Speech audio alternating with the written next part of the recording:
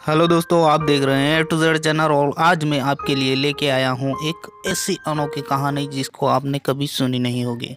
तो चलिए दोस्तों, देखते हैं कौन सी कहानी है। एक बार एक गांव में एक रुई की खेती करने वाला एक व्यक्ति रहता था और वह बहुत शराब भी पीता था। उसकी उम्र 50 वर्ष के आसपास थी। उसके एक पत्नी और एक जवान लड़की थी। वह तीनों मेहनत मजदूरी करते और अपना घर चलाते थे। वह बहुत गरीब थे। उनका घर एकांत जगह पर था। उसके घर के पास दूर दूर तक कोई और घर नहीं था। एक दिन सुबह उनके गांव में घूमता हुआ एक व्यक्ति आता है। उस व्यक्ति को रास्ते में एक नदी मिलती है। वह सोचता है मैं यहाँ पर नहा कर फिर आगे चलूँगा।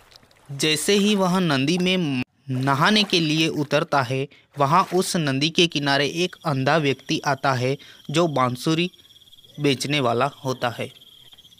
वह व्यक्ति उस मुसाफिर का जो सामान नदी के किनारे पड़ा था वह उससे टकरा जाता है और गिर जाता है। तभी वह अंधा व्यक्ति हाथ घुमाकर देखता है कि मैं किस चीज़ से टकरा गया। तभी उस मुसाफिर के जूते उसके हाथ में आते हैं। वह अंधा समझ जाता है कि कोई व्यक्ति नदी में नहा रहा है। तभी वह अंधा बोलता है, अरे भाई, तुम कौन हो? नदी में नहा रहे हो या डूब गए हो? फिर वह मुसाफिर नदी से बाहर निकलता है और कहता है, मैं इस गांव में नया हूँ, मैं यहाँ घूमने आया हूँ। अच्छा। फिर बांसुरी वाला अंधा बोला, मैं तुम्हारे सामान से टकरा कर नीचे गिर गया था और मैंने इसलिए तुम्हें आवाज़ लगाई। अंधे ने कहा, मैं इसी गांव का हूँ और यहाँ बांसुरियाँ बेचता हूँ। फिर मुसाफिर ने कहा, तो कोई धुन सुना दो। अंधे ने उसे बांसुरी बजाकर सुनाई। फिर वह दोनों अपने अपने रास्ते चल दिए। अब जो रुई की खेती करने वाला गरीब परिवार था, उसके घर पर एक साधु भिक्षा लेने आता है और घर वालों से कहता है, आज तुम्हारा भाग्य बदलने वाला है। आज तुम्हारे घर पर लक्ष्मी आने वाली है, उसे रोक लेना, कहीं मत जाने देना। आज तुम्हारा भविष्य बदलने वाला है। इतने में उस रुई वाले शराबी की बेटी उस साधु को बिना कुछ दिए वहां से भगा देती है। उसके साधु के जाने के थोड़ी देर बाद वह मुसाफिर उनके घर आता है और बोलता है, पीने का पानी मिलेगा? वह लड़की उसको पानी पिलाती है। फिर वह मुसाफिर कहता है, मैं एक गांव से दूसरे गांव घूमता रहता हूँ, मैं आपके गांव की खूबसूरती देखने यहाँ आया हूँ। फिर वह मुसाफिर उन घर वालों को पूछता है कि क्या मैं यहाँ पर एक रात के लिए रुक सकता हूँ? तो घर वाले पहले तो मना कहते हैं, नहीं, हम किसी अनजान व्यक्ति को रात कैसे रहने दें? यहाँ दूर दूर तक कोई दूसरा घर भी नहीं है और घर में जवान बेटी है, सो हम आपको रुकने की इजाज़त नहीं दे सकते। यह सुनकर मुसाफिर फिर कहता है, मैं इस गांव में अनजान हूँ और चलकर दूसरे गांव जाऊँगा, इतने में रात हो जाएगी। मैं तुम जहाँ बोलोगे वहाँ सो जाऊँगा और कुछ भी खा लूँगा और सुबह होते ही यहाँ से चला जाऊँगा। वह घर वाले उसे भला आदमी समझ रुकने की इजाज़त दे देते हैं। फिर उस घर वाला आदमी मुसाफिर से पूछता है, बेटा, चाय पियोगे तुम? मुसाफिर कहता है, हाँ, पी लूँगा। तभी वह रुई वाला अपनी पत्नी से कहता है, चाय बना दो हम दोनों के लिए। तो उसकी लड़की कहती है, दूध तो है पर चाय पत्ती और शक्कर नहीं है और हमारे पास पैसे भी नहीं है। तभी वह मुसाफिर रुई वाले से कहता है, ये लो पैसे और चाय का सामान ले आओ। फिर रुई वाला चाय पत्ती और शक्कर लेने जाता है, फिर वापस आता है, फिर चाय बनाकर सब लोग पीते हैं। वह सभी घर के अंदर रसोई में चाय पी रहे थे।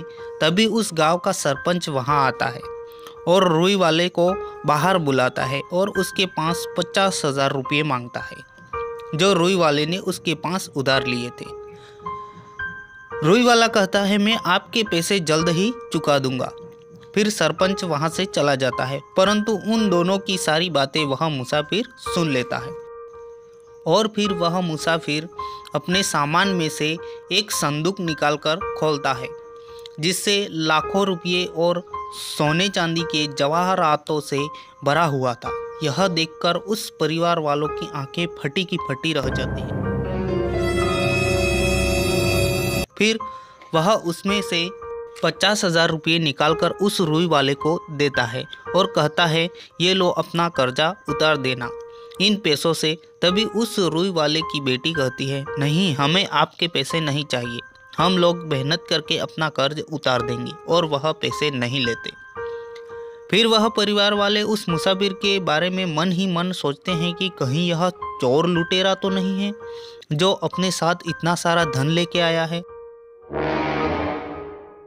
फिर वह मुसाफिर कहता है, क्या आप लोग मेरे लिए आज खाने में मुर्गा बनाओगे? तभी रुई वाला बोलता है, अब तो शाम भी होने को आई है और मुर्गा तो कहाँ मिलेगा।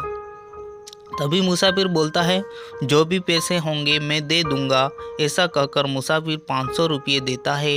इसमें से जो बचेगा उसकी आपकी शराब आ जाएगी। तभी रुई वाला तो शराबी ही था जो ठीक है कहकर मुर्गा लेने चला गया।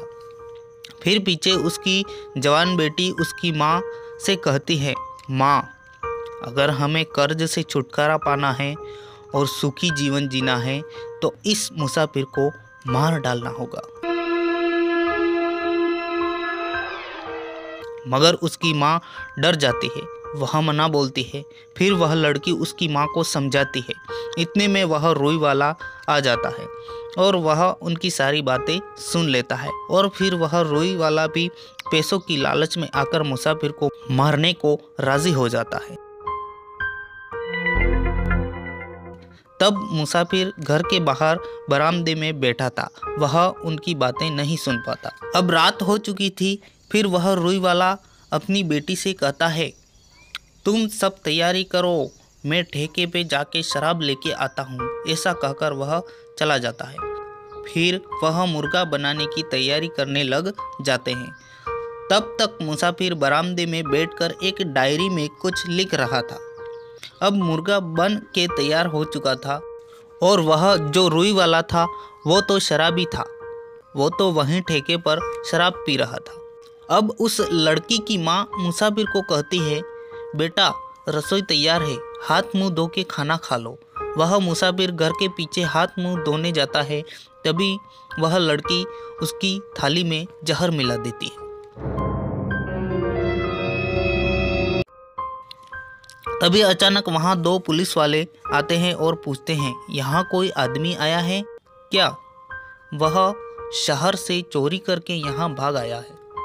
तभी वह लड़की मना बोलती है, यहाँ तो कोई नहीं आया, और दौड़कर मुसाफिर के पास जाकर बोलती है, तुम अभी यहीं पर रहना, कोई पुलिस वाले आए हैं, वो चले जाएं, फिर मैं तुम्हें बुला लूँगी। वो कहता है, ठीक है।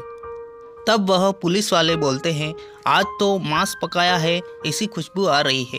उसकी माँ कहती है, हाँ, मुर्गा पकाया है। पुलिस वाले कहते हैं, हमें भी थोड़ा खिला दो। तो वह पुलिस वाले खाने के लिए बैठ जाते हैं और वह लड़की उस थाली को छुपा देती है जिसमें जहर मिलाया था। और फिर एक कुत्ता वहाँ आता है और वह छुपाई हुई थाली का खाना कुत्ता पूरा चाट जाता है।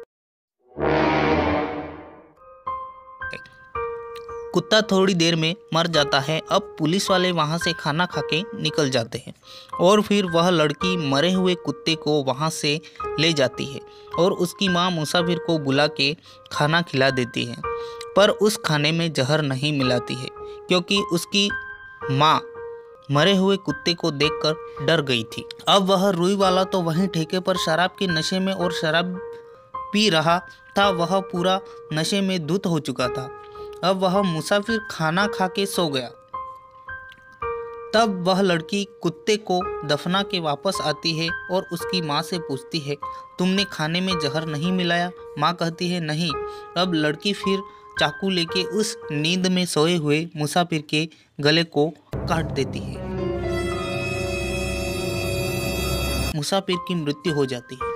तब तक रुई वाला ठेके पर ही था और ठेके का मालिक उसको कुछ कहता है, जिसको सुनकर रुई वाला एकदम से अचंभित हो जाता है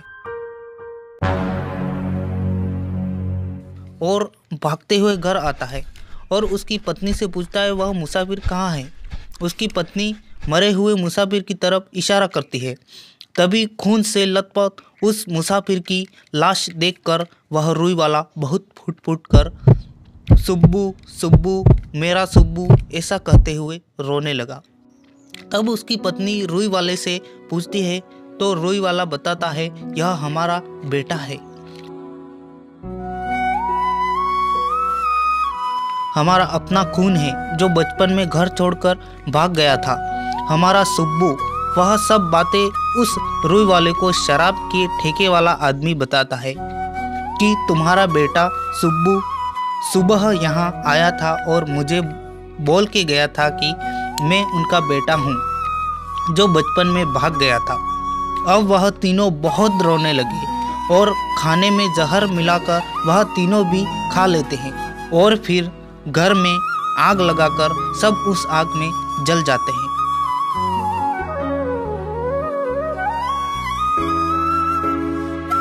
तो दोस्तों, इस कहानी से हमें यह सीख मिलती है कि कभी किसी का बुरा नहीं सोचना चाहिए बल्कि अच्छा ही सोचना चाहिए ताकि हमारे साथ भी अच्छा ही हो। थैंक यू, धन्यवाद। आपको यह कहानी पसंद आई होगी तो लाइक कीजिए, शेयर कीजिए और सब्सक्राइब भी कर लीजिए ताकि मैं नए से नए वीडियो आप तक जल्द लाता रहूँ।